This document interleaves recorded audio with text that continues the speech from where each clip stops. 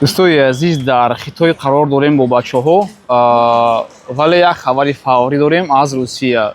Рӯзи гузашта мақомоти Русия як спискаи калони муҳоҷирони тоҷикро 120 000 муҳоҷирро спискаашро партофтааст, ки дар он ҷо онҳоро номида мешаванд подконтрольных лиц, яъне онҳое, ки дар таҳти назорат қарор доранд ва аз 5 феврал як тарзи нави депортатсия ба роҳ монда мешавад ва ҳамин 120 000 нафар дар хатар қарор доранд. Ман дар телеграм-каналам ҳамин спискаро мондагӣ ҳастам, ба ноҳияҳо ҷудо карда шудагӣ аст. Шумо метавонед ки дароед аз ҳамон ҷо ному фамилияи худро бинед, оё ҳастед дар ҳамин список ё ин ки нестед. Худованд нигаҳбонатон. Дигар наворҳои муро аз Хитой барои бизнес, барои пешравӣ, барои чизо метавонед ки тамошо кардан гиред. Ва ман дар телеграм-канал зиёдтар маълумотҳо мемонам. Марамат дарои обуна шавед дар шапкаи профили телеграми ман.